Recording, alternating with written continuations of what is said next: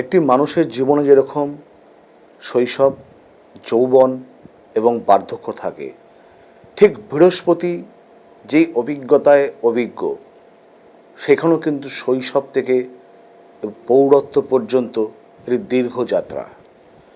শৈশব, যৌবনের যেই প্রজ্ঞা অভিজ্ঞতা বৃহস্পতি সঞ্চয় করেছে, সেখান থেকে কিন্তু বৃহস্পতি একটা অভিজ্ঞতা প্রৌঢ়ত্ব লাভ করেছে বলা যেতেই পারে। এই বৃহস্পতি মানুষের জন্মছকে থাকলে, অত্যন্ত শুভ অবস্থায় যদি সেটা থাকে, তাহলে কিন্তু একটি মানুষ অনেক ধরনের খ্যাতি, সুনাম, শিক্ষাক্ষেত্রে জয় জয়কার, কর্মক্ষেত্রে এবং জীবনে চালিয়ে নিয়ে যাওয়ার পথে তার সঠিক মূল্যায়ন এবং তারা কিভাবে কি পেল সেই অভিজ্ঞতাকে কিন্তু প্রত্যেকটা মুহূর্তে কিন্তু আস্বাদন করতে পারে। এই বৃহস্পতি জন্মছকে কোনো জাতক জাতিকার 12টি ঘর কোন কোন ঘরে থাকলে কি ধরনের ফলাফল হতে পারে, চলুন জেনে নিই ছোট্ট এই নিবেদনের মাধ্যমে। काली तारा महाविद्या शरसी भुवनेश्वरी भैरवी छिन्नमस्ता च विद्या धूमावती तथा बगला सिद्ध विद्या च मातंगी कमलायिका एतादशो महाविद्या सिद्ध विद्या प्रकीर्तिता मंगलमयी करुणामयी मा तारा सकलेर मंगल करो मा जय मा तारा।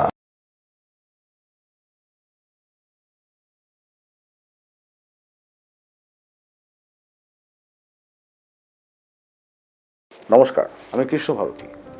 জন্মছকে বৃহস্পতি যদি শুভ অবস্থায় থাকে, তাহলে বিভিন্ন শুভ ফল পাওয়া যায়। কিন্তু মানুষের মধ্যে একটা প্রশ্ন, যে কোন ঘরে থাকলে বৃহস্পতি কী ধরনের ফলাফল হয়। দেখুন, বৃহস্পতিকে নিয়ে যখন কথা বলছি, নেতিবাচক বলবো না, কারণ নেতিবাচক থাকলে আপনাকে মনে করতেই হবে ফলের কিন্তু উলটপুরাণ ঘটতেই পারে। তাই কোন ঘরে থাকলে কি হবে সেটাকে সরলীকরণ করে আপনাদের কাছে তুলে ধরবার চেষ্টা করছি। মিলিয়ে নিন তো আপনার জন্মছকের সাথে যে এরকম ফল হচ্ছে কিনা। বৃহস্পতি যদি লগ্নেই অবস্থান করে, বৃহস্পতি যদি লগ্নে অবস্থান করে কোনো রাশি চক্রে, কোনো জাতক জাতিকার, তাহলে তার জীবনে কিন্তু বাধাহীন হয়। সে যতই বিপদ আসুক না কেন, সে কিন্তু সে বাধাকে অতিক্রম করতে সক্ষম হয়। তার অত্যন্ত জীবনী শক্তি থাকে, তার চিন্তা ভাবনা, তার পরিকল্পনা করবার ক্ষমতা কিন্তু অত্যন্ত ভালো অবস্থায় থাকে যদি বৃহস্পতি জন্মছকে শুভ হয়। বৃহস্পতি যদি দ্বিতীয়ভাবে অবস্থান করে, তাহলে কিন্তু সৎ উপায়ে উপার্জন, উপদেশ কিংবা শিক্ষকতা থেকে উপার্জন, যে কোনো ধর্মীয় কাজ থেকে কিন্তু উপার্জন হয়। সে সকল জাতক জাতি কিন্তু ধনী হয়। কোনো সময় কিন্তু অর্থাভাব কিংবা অর্থ কষ্ট কিন্তু তাকে গ্রাস করতে পারে না। যদি বৃহস্পতি শুভ অবস্থায় থাকে, অত্যন্ত শুভ ফল কিন্তু পাওয়া যায়। এই বৃহস্পতি যদি তৃতীয়ভাবে কারোর অবস্থান করে লগ্ন সাপেক্ষে, যদি সেই বৃহস্পতি যদি শুভ হয়, তাহলে সে সকল জাতক জাতিকা সবসময় আত্মীয় প্রিয়, ভাই বোন প্রিয় এবং পারিবারিক সুখ সঞ্চারের ক্ষেত্রে কিন্তু সবসময় কিন্তু সে আগ্রহী থাকে। সে গৃহ অভিমুখী থাকে, বন্ধু বান্ধব আত্মীয় স্বজন নিয়ে চলবার প্রচেষ্টা করে এবং কোনো ভালো ব্যক্তির উপকার তার জীবনে কিন্তু অনেকটা পরিবর্তন ঘটাতে পারে। যদি বৃহস্পতি চতুর্থভাবে কারোর অবস্থান করে এবং সেটা যদি শুভ অবস্থায় থাকে, তাহলে অবশ্যই সেই সকল জাতক জাতিকা মাতৃসুখ পায়, মাতুল বংশীয় সুখ সে কিন্তু পায়। সেখানে মামা মাসি, মায়ের থেকে ভালোবাসা এবং সেখান থেকে কিছু সম্পদ প্রাপ্ততা হতে পারে। তার শিক্ষা, তার মান, শিক্ষার মান, বিবিধ বিষয়ে জ্ঞান আরোহণ করার চেষ্টা কিন্তু থাকে। ভালো বন্ধু তার জীবনে আসতে পারে, ভালো সঙ্গ লাভ কিন্তু হতে পারে। বাড়ির পরিবেশ সর্বদাই ভালো থাকে এবং তার গৃহসুখ কিন্তু জীবনে প্রত্যেকটা সময় কিন্তু থাকে। যদি বৃহস্পতি যদি পঞ্চমভাবে অবস্থান করে, বৃহস্পতি যদি শুভ হয়, বৃহস্পতিকে শুভ হতেই হবে, তাহলে কিন্তু তার জীবনের দয়া, মায়া, প্রেম এগুলো কিন্তু থাকবেই। প্রণয় প্রাপ্ততা, ভালো উপযুক্ত সঙ্গিনী তার কিন্তু জীবনে আসতেই পারে। তার কিন্তু ঈশ্বরের প্রতি বিশ্বাস, কোনো জিনিসের প্রতি কিন্তু সহজে বিশ্বাস এবং একাধিক বিষয় কিন্তু তার পাণ্ডিত্যতা কিন্তু লক্ষ্য করা যায়। এই বৃহস্পতি যদি কারোর ষষ্ঠভাবে অবস্থান করে, তাহলে কিন্তু অজানাকে জানার ইচ্ছা, তারা শত্রু জয়ী কিন্তু হতে পারে।